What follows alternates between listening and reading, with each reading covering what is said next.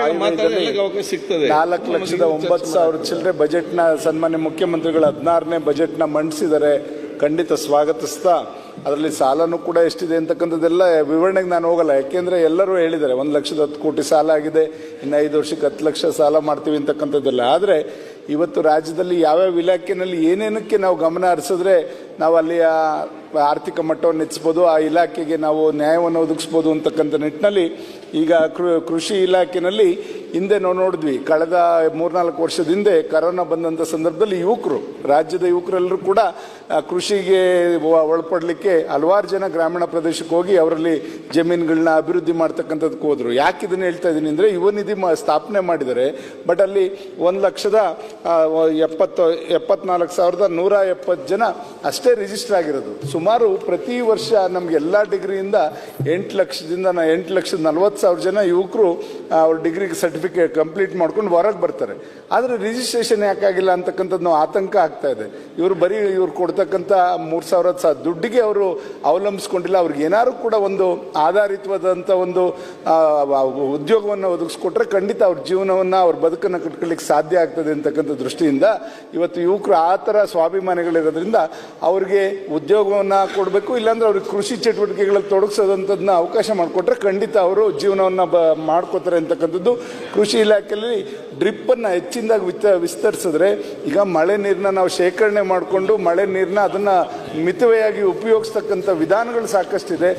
ಅದನ್ನು ನಾವೆಲ್ಲ ಕೂಡ ಅದ್ರ ಬಗ್ಗೆ ಹೆಚ್ಚಿನ ಒಂದು ಆಸಕ್ತಿನ ಕೃಷಿ ಇಲಾಖೆ ನೀಡಬೇಕು. ಮತ್ತು ಸೋಲಾರ್ಗೆ ಈಗ ಕರೆಂಟಿನ ವ್ಯತ್ಯಾಸಗಳನ್ನ ನಾವು ನೋಡ್ತೇವೆ. ಬೇಸಿಗೆನಲ್ಲಿ ಸಾಕಷ್ಟು ಕರೆಂಟಿನ ವ್ಯತ್ಯಾಸಗಳನ್ನ ನೋಡಿದಾಗ ಸೋಲಾರ್ನ ಪ್ಯಾನಲ್ಸ್ನ ಅಲ್ಲಿ ಅಳವಡಿಸ್ಕೊಂಡು 5 HP 10 HP ವರೆಗೂ ಅವ್ರಿಗೆ ಸಬ್ಸಿಡಿ ದರದಲ್ಲಿ ಅವ್ರಿಗೆ ಸೋಲಾರ್ನ ಅವಕಾಶ ಮಾಡಿಕೊಟ್ರೆ ಖಂಡಿತ ಅವರು ಅದು ಬೆಳೆನ ಬೆಳ್ಕೊಳ್ಳಿಕ್ಕೆ ಅನುಕೂಲ ಆಗ್ತದೆ, ಅವ್ರಿಗೆ ನೀರನ್ನ ಉಪಯೋಗಿಸ್ಕೊಳ್ಳಿಕ್ಕೆ ಅನುಕೂಲ ಆಗುತ್ತೆ.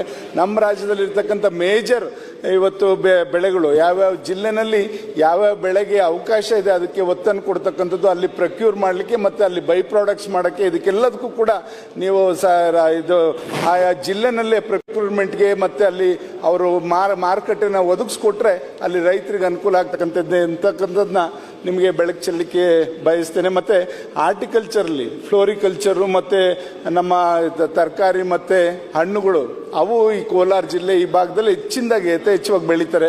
ಇವನ್ನ ಎಕ್ಸ್ಪೋರ್ಟ್ ಕ್ವಾಲಿಟಿನೂ ಕೂಡ ಇದೆ.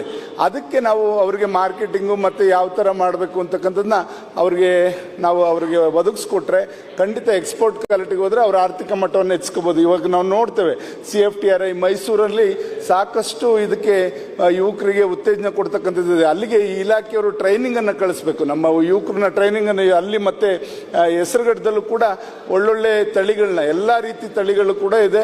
ಅಲ್ಲಿ ಟ್ರೈನಿಂಗನ್ನು ಕಳಿಸಿದ್ರೆ ಅವ್ರು ಯಾವ ಥರ ನಾವು ಬೆಳೆನ ಬೆಳೆದ್ರೆ ನಮ್ಗೆ ಅನುಕೂಲ ಆಗ್ತದೆ ಅಂತಕ್ಕಂಥದ್ದನ್ನ ಇದು ಬೆಳಕು ಚೆಲ್ಲಲಿಕ್ಕೆ ಅವಕಾಶ ಆಗ್ತದೆ. ಮತ್ತು ನಮ್ಮ ಜಿಲ್ಲೆಗಳಲ್ಲಿ ತುಮಕೂರು, ಕೋಲಾರ ಈ ಥರ 14 ಜಿಲ್ಲೆಗಳಲ್ಲಿ ತೆಂಗು ಯಥೇಚ್ಛವಾಗಿ ಬೆಳೀತಾ ಇರೋದ್ರಿಂದ ಒಂದಲ್ಲ ಒಂದು ರೋಗಕ್ಕೆ ನಾವು ತುತ್ತಾಗ್ತಾ ಇದ್ದೇವೆ. ಒಂದು ಕಡೆ ನುಸಿ ರೋಗ ಒಂದ್ಸಲ ಆಯಿತು, ಇವಾಗ ಕಪ್ಪು ತಲೆ ಹುಳು ಅಂತಕ್ಕಂಥದ್ದು, ಮಸಿ ರೋಗ ಅಂತಕ್ಕಂಥದ್ದು ಬಂದು ಇಳುವರಿನೇ ಕೂಡ ಹೋಗಿದೆ. ಇದರಿಂದ ಬೈ ಪ್ರಾಡಕ್ಟ್ಸ್ ಒಂದು ಎಳ್ನೀರು, ನೀವು ನೋಡಿದ್ರೆ ನಿಮ್ಮ ಭಾಗದಲ್ಲೂ ಎಳ್ನೀರು, ಇದನ್ನು ಟೆಟ್ರಾ ಪ್ಯಾಕ್ ಮಾಡಿ ಎಲ್ಲ ಸರ್ಕಾರಿ ಆಸ್ಪತ್ರೆಗಳಲ್ಲಿ ರೋಗಿಗಳಿಗೆ ಕೊಡೋವಂಥದ್ದನ್ನ ನೀವು ದಯಮಾಡಿ ಸರ್ಕಾರದಲ್ಲಿ ಒಂದು ತೀರ್ಮಾನ ತಗೊಂಡ್ರೆ ಇದು ಬೈ ಪ್ರಾಡಕ್ಟ್ಸ್ಗೆ ನಮ್ಗೆ ಉತ್ತೇಜನ ಕೊಟ್ಟಂಗಾಗುತ್ತೆ. ತೆಂಗು ಅಲ್ಲಿ ಬೆಳೆದಂಥವ್ರಿಗೆ ಅವ್ರಿಗೆ ಆರ್ಥಿಕ ಮಟ್ಟವನ್ನು ಕೂಡ ಹೆಚ್ಚಿಸಲಿಕ್ಕೆ ಸಾಧ್ಯ ಆಗ್ತದೆ. ಅದರಲ್ಲಿ ಎಲ್ಲದೂ ಕೂಡ ಮಾಡ್ಬೋದು. ಊದ್ಗಡ್ಡಿಗೆ ಕಡ್ಡಿ ಉಪಯೋಗ ಆಗ್ತದೆ, ಹಗ್ಗ ಮಾಡಲಿಕ್ಕೆ ಎಲ್ಲದಕ್ಕೂ ಕೂಡ ಇದೆ. ಇದನ್ನು ಒಂದು ಸ್ವಲ್ಪ ದಯಮಾಡಿ ಈ ಥರ ಯಾವ್ಯಾವ ಜಿಲ್ಲೆನಲ್ಲಿ ಏನೇನು ಬೆಳೀತಾರೆ, ಈಗ ತೆಂಗು ನಮ್ಮ ಕಡೆ ಬೆಳೆಯೋದ್ರಿಂದ ಅಲ್ಲಿ ಬೈ ಪ್ರಾಡಕ್ಟ್ಸ್ ಮಾಡಲಿಕ್ಕೆ ಅಲ್ಲಿ ಅದೇ ಜಿಲ್ಲೆನಲ್ಲಿ ನೀವು ಉತ್ತೇಜನ ಮಾಡಿ ಅಲ್ಲಿ ಸಬ್ಸಿಡಿ ಕೊಡ್ತಕ್ಕಂಥದ್ದು, ಅಲ್ಲಿ ಟ್ರೈನಿಂಗ್ಸ್ನ ನೀಡ್ತಕ್ಕಂಥದ್ದು ಯುವಕರಿಗೆ ಮಾಡಿದ್ರೆ ಖಂಡಿತ ಇದಕ್ಕೆ ಉತ್ತೇಜನ ಆಗ್ತದೆ ಅಂತಕ್ಕಂಥದ್ದು. ಮತ್ತು ಕೋಲ್ಡ್ ಸ್ಟೋರೇಜ್ಗಳನ್ನ ಇವೆಲ್ಲದನ್ನು ಕೂಡ ಪ್ರೊಕ್ಯೂರ್ ಮಾಡ್ಕೊಳ್ಳಿಕ್ಕೆ ಕೋಲ್ಡ್ ಸ್ಟೋರೇಜ್ಗಳನ್ನ ಒದಗಿಸ್ಕೊಡೋಂಥದ್ದು ಎಲ್ಲ ಜಿಲ್ಲೆಯಲ್ಲೂ. ಕಳೆದ ಬಜೆಟ್ನಲ್ಲಿ ಸುಮಾರು 10 ಕೋಲ್ಡ್ ಸ್ಟೋರೇಜ್ ಘೋಷಣೆ ಮಾಡಿ 7 ಅನುಷ್ಠಾನಕ್ಕೆ ತಂದಿದ್ದಾರೆ. ಆ ಥರ ಅಲ್ಲ, ಎಲ್ಲ ಜಿಲ್ಲೆನಲ್ಲೂ ತಾಲೂಕು ವೈಸ್ ಮಾಡೋವಂಥದ್ದು ಮಾಡಲಿ ಅಂತ. ಮತ್ತು ನಮ್ಮ ಪಶು ಸಂಗೋಪನಾ ಇಲಾಖೆಯಲ್ಲಿ ಈಗ ಕಾಲುಬಾಯಿ ಜ್ವರ ಇವೆಲ್ಲದಕ್ಕೂ ಕೂಡ ಕುರಿಗಳು ಎಲ್ಲ ತುತ್ತಾಗ್ತಕ್ಕಂಥದ್ದನ್ನ ನಾವು ನೋಡ್ತಾ ಇದ್ದೇವೆ. ಅದಕ್ಕೆ ಅಲ್ಲಿ ಔಷಧಿಗಳನ್ನ ಸರಾಗವಾಗಿ ಸಿಗೋ ರೀತಿಯಲ್ಲಿ ಅಲ್ಲಿಯ ರೈತರಿಗೆ ಸಿಗೋವಂಥ ರೀತಿಯಲ್ಲಿ ಮತ್ತೆ ಎಲ್ಲಿ ಈಗ ನಾವಾದರೂ ಮನುಷ್ಯರು ಎಲ್ಲರೂ ಹೋಗಿ ನಮ್ಮ ಟ್ರೀಟ್ಮೆಂಟ್ ತಗೋತೇವೆ.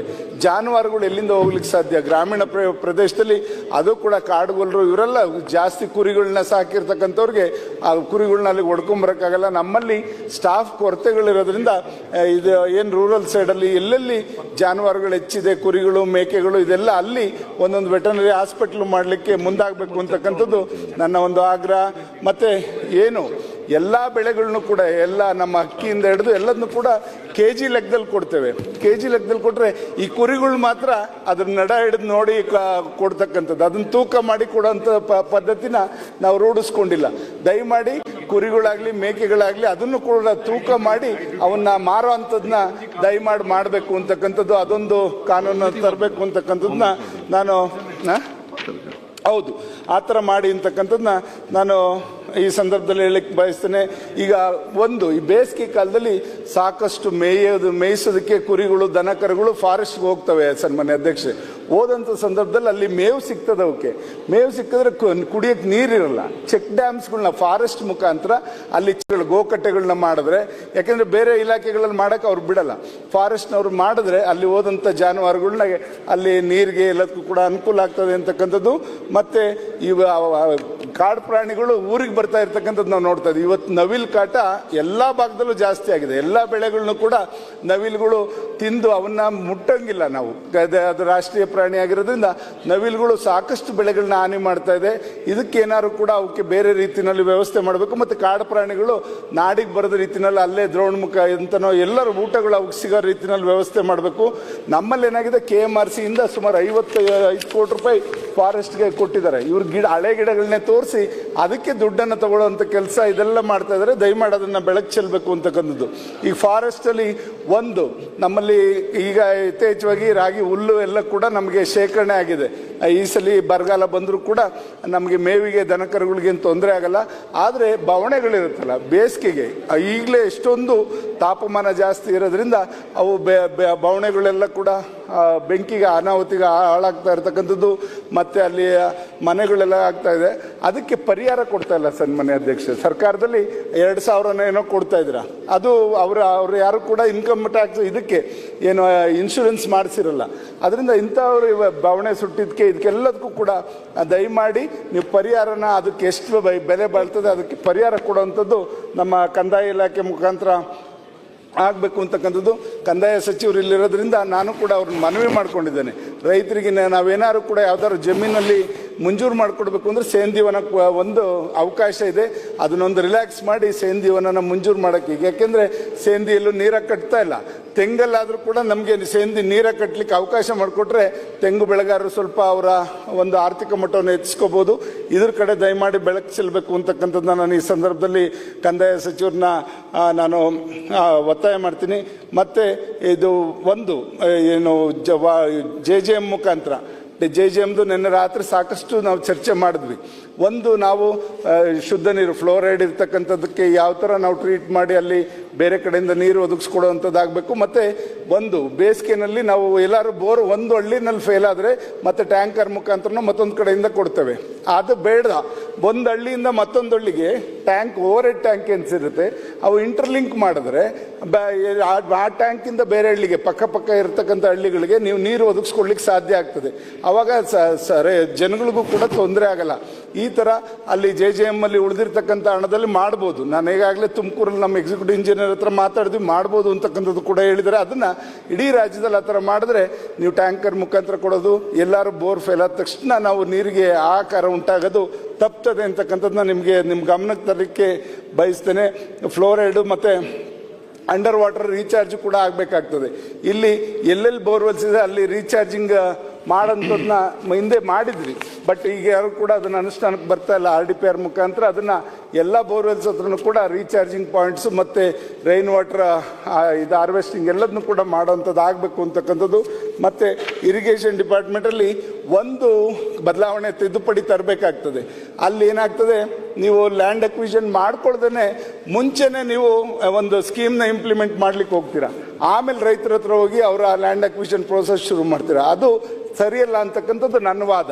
ಈಗ ಫಸ್ಟ್ ನೀವು ಲ್ಯಾಂಡ್ ಅಕ್ವಿಷನ್ ಪ್ರೋಸೆಸ್ ಮುಗಿಸಿ ರೈತರ ಹತ್ರ ಜಮೀನು ಎಷ್ಟು ಹೋಗ್ತದೆ, ಯಾವ ಹಳ್ಳದಲ್ಲಿ ಸರಾಗವಾಗಿ ನೀರು ಹರಿತದೆ, ಎಷ್ಟು ಅಲ್ಲಿ ಲ್ಯಾಂಡ್ ಬೇಕು, ಇದೆಲ್ಲದನ್ನು ಕೂಡ ನೀವು ಗುರುತಿಸಿ ಅದಕ್ಕೆ ಪರಿಹಾರವನ್ನು ಕೊಟ್ಟು ನೀವು ಆಮೇಲೆ ನಿಮ್ಮ ಯೋಜನೆನ ಇಂಪ್ಲಿಮೆಂಟ್ ಮಾಡಿದ್ರೆ ಶೀಘ್ರವಾಗಿ ಮಾಡ್ಬೋದು. ಇಲ್ಲಾಂದ್ರೆ 16 ವರ್ಷ ತಗೋತಾರೆ ಒಂದೊಂದು ಯೋಜನೆ ಮಾಡಲಿಕ್ಕೆ ಇರಿಗೇಷನ್ ಪ್ರಾಜೆಕ್ಟ್ಸ್ನ. ಅದನ್ನ ಫಸ್ಟ್ ಲ್ಯಾಂಡ್ ಅಕ್ವಿಷನ್ ಪ್ರೋಸೆಸ್ ಮುಗಿಸ್ಕೊಂಡು ನೀವು ಮುಂದೆ ಹೋಗುವಂಥ ಕೆಲಸ ಆದರೆ ಖಂಡಿತ ಇವತ್ತು ಯಾಕೆ ಇದನ್ನ ಹೇಳ್ತಾ ಇದ್ದೀನಿ ಅಂದರೆ ಈಗಾಗಲೇ ಪೈಪ್ಲೈನ್ಗಳು ಅದ್ಬಿಟ್ಟಿದ್ದಾರೆ. ಅದರಲ್ಲಿ ಭದ್ರಾದಲ್ಲಿ ಮತ್ತು ಇದರಲ್ಲಿ ಇದರಲ್ಲಿ ಹೇಮಾವತಿನಲ್ಲಿ ಎತ್ತಿನೊಳೆಯಲ್ಲೆಲ್ಲ ಪೈಪ್ಲೈನ್ಗಳು ಹತ್ತಿದ್ರೆ ನೀರುಗಳು ಕೊಡ್ತಾ ಇಲ್ಲ 16 ವರ್ಷ ಆದರೂ. ಅದರಿಂದ ಇದು ಮತ್ತೆ ಮೇಕೆದಾಟು ಕೂಡ ಈ ಸರ್ಕಾರ ಸಾಕಷ್ಟು ಪಾದಯಾತ್ರೆ ಎಲ್ಲ ಕೂಡ ಮಾಡಿದ್ರು ಹಿಂದೆ. ಈಗ ಯಾಕೆ ಅದ್ರ ಬಗ್ಗೆ ಸುಮ್ಮನಿದ್ರ? ಕೇಂದ್ರ ಸರ್ಕಾರನೂ ಕೂಡ ಒಪ್ಕೊಂಡಿದೆ, ಕೊಡೋದಕ್ಕೆ ಏನು ತೊಂದರೆ ಇಲ್ಲ. ಎರಡೂ ರಾಜ್ಯಗಳು ತಮಿಳುನಾಡು ಮತ್ತೆ ಇವರಿಬ್ರು ಕೂತ್ಕೊಂಡು ಜಂಟಿಯಾಗಿ ಕೂತು ಅದಕ್ಕೆ ಏನಾದ್ರು ಒಂದು ಪರಿಹಾರ ಹಿಡಿದು ಮೇಕೆದಾಟು ಮಾಡಿದ್ರೆ ಬೆಂಗಳೂರು ಜನಕ್ಕೆ ನಾವು ನೀರು ಕೊಡ್ಲಿಕ್ಕೆ ಸಾಧ್ಯ ಆಗ್ತದೆ ಅಂತಕ್ಕಂಥದ್ದನ್ನ ನಾನು ಈ ಸಂದರ್ಭದಲ್ಲಿ ಹೇಳಲಿಕ್ಕೆ ಬಯಸ್ತೇನೆ. ಪೊಲೀಸ್ ಇಲಾಖೆಯಲ್ಲಿ ಇವತ್ತು ಡ್ರಗ್ಸ್ ದಂಧೆ ತುಂಬ ಆಗಿದೆ ಅಧ್ಯಕ್ಷೆ. ಹಳ್ಳಿನಲ್ಲೂ ಯಾರೋ ಬಂದು ಪೆಡ್ಲರ್ಗಳು ಎಲ್ಲೋ ಒಂದು ಇಟ್ಟೋಗಿರ್ತಾರೆ, ಪೊಲೀಸ್ನವ್ರಿಗೂ ಕೂಡ ಗೊತ್ತಾಗ್ತಿಲ್ಲ. ಚಿಕ್ಕ ಮಕ್ಕಳು 8ನೇ ಕ್ಲಾಸು 10ನೇ ಕ್ಲಾಸ್ ಮಕ್ಕಳೆಲ್ಲ ಕೂಡ ಇದಕ್ಕೆ ತುತ್ತಾಗ್ತಾ ಇರ್ತಕ್ಕಂಥದ್ದನ್ನ ನಾವು ನೋಡಿದಾಗ ಅವ್ರನ್ನ ಹಿಡಿತಕ್ಕಂಥದ್ದು ಹೇಗೆ, ಆ ಜಾಲವನ್ನು ನಮ್ಮ ಸೈಬರ್ ಕ್ರೈಮ್ನವರು ಸಾಕಷ್ಟು ಗಮನ ಹರಿಸಿ. ಯಾಕೆಂದರೆ ನಮ್ಮ ಪೊಲೀಸ್ನವ್ರಿಗೆ ಕರ್ನಾಟಕ ಪೊಲೀಸ್ಗೆ ಹೆಚ್ಚಿನ ಒಂದು ಗೌರವ ಇದೆ. ಆದರೆ ಅವ್ರನ್ನ ವಿಶಾಲವಾಗಿ ಇವತ್ತು ರಾಜ್ಯದಲ್ಲಿ ಅವ್ರ ಕರ್ತವ್ಯ ಮಾಡೋಕ್ಕೆ ನಾವು ಬಿಡಬೇಕಾಗ್ತದೆ. ಅದನ್ನು ದಯಮಾಡಿ ಅದರಲ್ಲಿ ಇಂಟರ್ವ್ಯೂನ್ ಬರೆದ ರೀತಿಯಲ್ಲಿ ಒಂದು ಯಾವ್ದಾದ್ರು ಬಿಲ್ ತರಲಿ, ಇವರು ತಂದ್ಬಿಟ್ಟು ಪೊಲೀಸ್ ಇಲಾಖೆಗೆ ನಮ್ದು ಯಾರ್ದು ಹಸ್ತಕ್ಷೇಪ ಇರಬಾರ್ದು. ಯಾಕೆಂದರೆ ರಾಜ್ಯಕ್ಕೆ ಒಳ್ಳೆ ಹೆಸರು ಬರಬೇಕು. ಕೇರಳದಲ್ಲಿ ನೋಡ್ತೀವಿ, ನಾವು ದುಡ್ಡು ಕೊಡೋಕೆ ಹೋದ್ರೂ ಕೂಡ ಮುಟ್ಟಲ್ಲ ಪೊಲೀಸ್ನವರು. ನಾವು ಕೇರಳದಲ್ಲಿ ಶಬರಿಮಲೆಗೆ ಹೋಗುವಂಥ ಸಂದರ್ಭದಲ್ಲಿ ನೋಡಿದಾಗ ಯಾರು ಕೂಡ 1 ರೂಪಾಯಿನೂ ಮುಟ್ಟಲ್ಲ. ಆ ಥರ ಒಂದು ಶಿಸ್ತನ್ನ ಕಲಿಸೋದಕ್ಕೆ ದಯಮಾಡಿ ಮುಂದಾಗಬೇಕು. ಮತ್ತು ಈಗ ಆನ್ಲೈನ್ ಗೇಮ್ಸ್ ನನಗೆ ಕೂಡ ಉತ್ತರ ಕೊಟ್ಟಿದ್ದಾರೆ. ಹಿಂದೆ ಆನ್ಲೈನ್ ಗೇಮ್ಸ್ಗಳು ಯಾವುದಕ್ಕೂ ಕೂಡ ನಮಗೆ ಅನುಮತಿ ಕೊಟ್ಟಿಲ್ಲ ಸರ್ಕಾರ. ಆದರೆ ರಮ್ಮಿ ಅದು ಇದು ಅಂತಕೊಂಡು ಎಷ್ಟೋ ಜನ, ನಮ್ಮಲ್ಲಿ ಒಂದು ಉದಾಹರಣೆಗೆ ಒಬ್ಬ ಪೊಲೀಸೇ 25 ಲಕ್ಷದವರೆಗೂ ಸಾಲ ಮಾಡಿ ನೇಣಾಕೊಂಡು ಸತ್ತೋಗ್ಬಿಟ್ಟ ಅವನು. ಈ ಥರ ಪರಿಸ್ಥಿತಿಗಳಾಗಿದ್ದಾವೆ. ಆದ್ದರಿಂದ ದಯಮಾಡಿ ಯಾವ್ಯಾವ ಗೇಮ್ಸ್ಗೆ ನೀವು